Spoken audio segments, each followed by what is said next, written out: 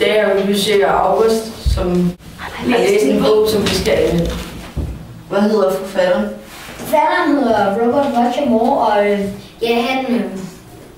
han skrev den her sag. Hvad hedder bogen? Bogen hedder Narkobogen, og det er nummer 2 i serien Chulu, hvor der er 14 bøger i. Hvilken genre har bogen? Genren er ungdomskrimi, og det betyder, at det er sådan en krimi for unge. Kan du fortælle lidt om bogen? Bogen den handler om James Adams, som er 12 år, og han er Chirurg-agent, som er en slags børneagent. Han er ude på den her mission.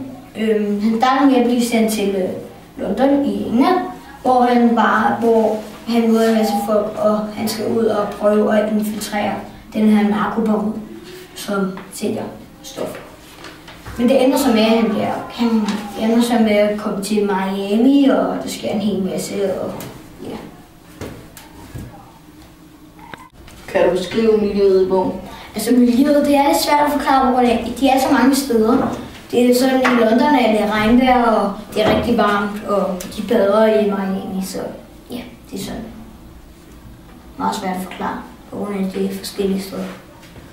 Hvad synes du om bogen? Altså, jeg synes, den er rigtig god.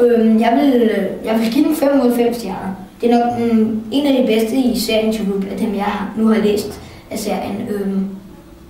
Det er en rigtig god bog. Jeg vil helt klart anbefale den til andre.